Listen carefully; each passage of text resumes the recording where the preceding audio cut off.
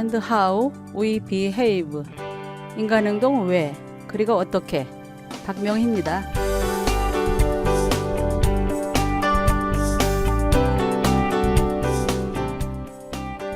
오늘은 고립에 가면 네 번째 시간으로 능동적으로 자신을 격리하는 회피성 인물에 대해 배워보겠습니다.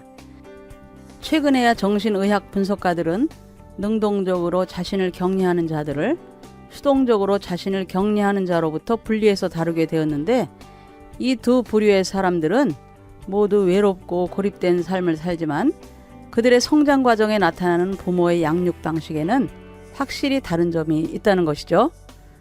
수동적으로 자신을 격리하는 사람들은 일반적으로 부모가 그들을 양육하는 동안 따뜻함이나 애정이나 정신적 자극을 주지 않았다는 것이고, 능동적으로 자신을 격리하는 사람들의 경우에는 그들을 양육하는 부모가 이런 것들을 주지 않았을 뿐만 아니라 이에 덧붙여 아이의 면전에서 그를 배척하고 놀리고 비하시키고 모욕을 주었다는 것이죠. 오늘날 흔히 쓰는 말로 언어폭력을 당한 것입니다. 그 결과 이들은 감정적이나 지적으로 불구가 된 것이죠. 그들은 다른 사람들도 모두 그들을 이렇게 대할 것이라고 생각하게 되는데, 그래서 다른 사람으로부터 배척을 받고 모욕을 당하지 않기 위해 거리를 두게 되는 것입니다. 밀로는 이런 사람을 고립적 인물이라고 불렀고, 정신장애 분류와 진단 편람, 즉 DSM-3에서는 회피성 인물이라고 쓰여 있는 것이죠. 회피성 인물은 지금까지 논의한 인물 중에서 가장 심하게 상처를 받은 사람들인데, 이들은 자신이 피해버리고 싶은 환경을 아무리 해도 피할 수 없을 때면 불안이나 공포, 병적 우울증, 또 강박관념에 시달리게 되고 신체적 질병이나 분열형 장애를 당하게 되는 것이죠. 이처럼 심각하게 상처를 받은 인물이 창조주 하나님의 형상을 가진 자로서 회복되기까지는 우리는 인내하면서 전문적인 훈련을 받은 사람들의 도움을 구해야 하겠죠. 우리 주위에서 아이에게 언어 학대를 가하며 놀리고 모욕을 주는 가정이 있다면 우리는 용기 있게 그 가정에 개입해야 합니다. 그래서 어린이가 받는 긴장과 불안에 대해 부모가 소아과 의사나 이런 문제를 치유하는 기관을 찾아가 상담을 받도록 권해야만 합니다. 만일 어린이가 학교에서 자신감을 상실한 것이 뚜렷하게 보이거든 교사는 부모에게 이런 아이를 전문적으로 치료하는 병원에 데려가 치료를 받도록 권해야 되는 것이죠. 청소년들의 모임에서 어느 한 소년이나 소녀가 계속해서 놀림을 받는다면 우리는 그 모임에 직접 개입해야 합니다. 그래서 그 모임에 속한 모든 청소년들이 잠시 멈추어 서서 이 문제에 대해 진지하게 토의를 할 수 있도록 해야 합니다. 우리는 왜 이 사람만을 뽑아서 괴롭히는가? 만일 누군가를 놀려야 한다면 함께 있는 사람들 모두를 골고루 놀려야 하지 않겠는가? 또한 사람이 사람을 꼭 놀려야 하겠는가? 괴롭힘을 당하는 아이의 자기 존중감을 회복시키고자 하는 마음으로 그들을 돌아본다면 감사와 신뢰를 쌓아갈 수 있을 것입니다. 그럼 회피성 인물이 바라보는 세상은 어떤 것일까요?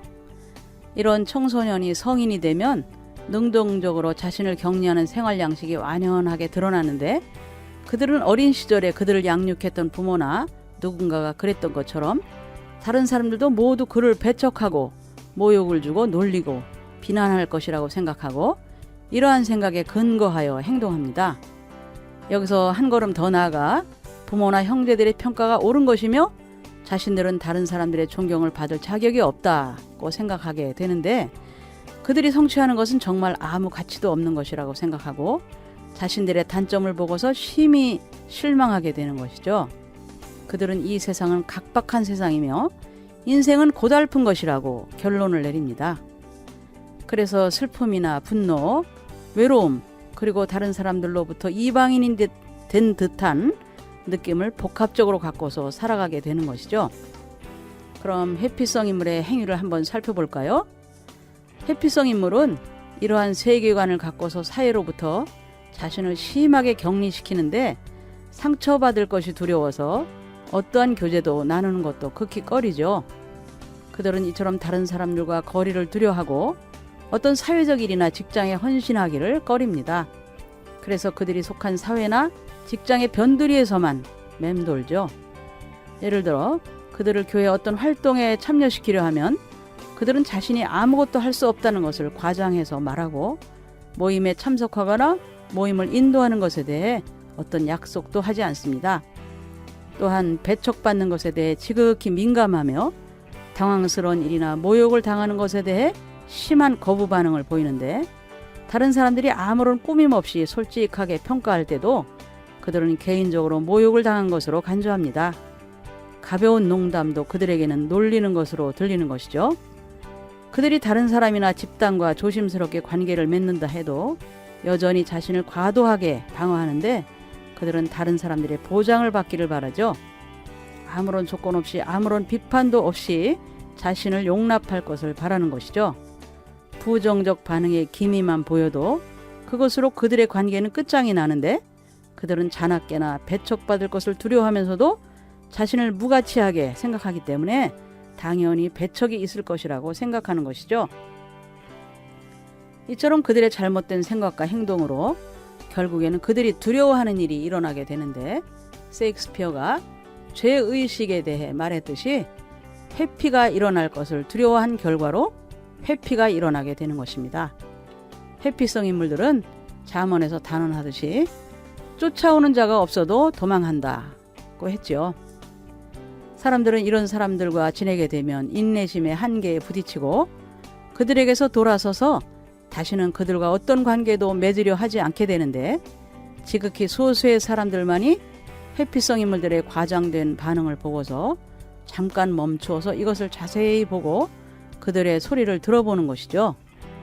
사람들은 이러한 일에까지 주의를 기울이기에는 인생이 너무 짧다고 말할 것이고 또한 자신의 문제도 많은데 언제 이런 사람들이 전달하는 사랑과 불신이 혼합된 메시지를 듣고 있을 여유가 있겠는가 반문할지도 모르는 일이죠.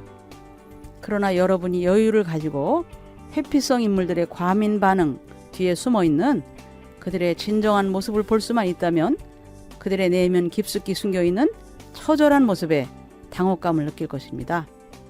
그들이 여러분을 대하던 태도는 그들이 또한 다른 사람들을 대하던 태도와 다를 바가 없다는 것을 알아야 하죠. 그들은 불신과 곡해로 다른 사람들에게도 혼란을 느끼게 하는 것이죠. 여러분이 너무 서두르지 않고 외톨이가 되어버린 그들의 고독감과 외로움에 귀를 기울인다면 그들의 과거로부터 흘러나오는 내면의 소리를 들을 수 있을 것입니다. 너는 아무짝에도 쓸모가 없어. 쓸모없는 바보 같은 녀석. 차라리 태어나지 말 것이지. 꼴도 보기 싫어. 같은 언어 학대. 이 소리는 20년, 30년이 지나도 계속 들리는 것입니다.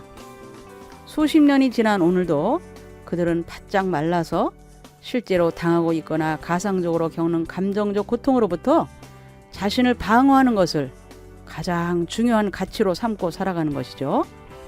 그들은 다른 사람들로부터 자신을 격리하고 중요하지 않은 사람, 별 볼 일 없는 사람이라는 보호색을 띠고서 숨어서 살아갑니다.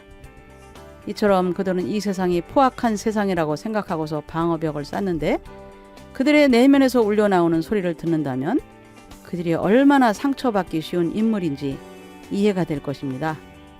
그러나 언어 폭력을 하는 사람들은 자기가 한 말이 얼마나 상처를 주는지 잘 모르는 경우가 많죠. 그러면 우리는 그들과 어떻게 관계를 맺고 살아갈 수 있을까요? 다음 시간에 그들을 영적으로 돌보기에 대해 배워보겠습니다. 여러분, 다음 시간까지 안녕히 계세요.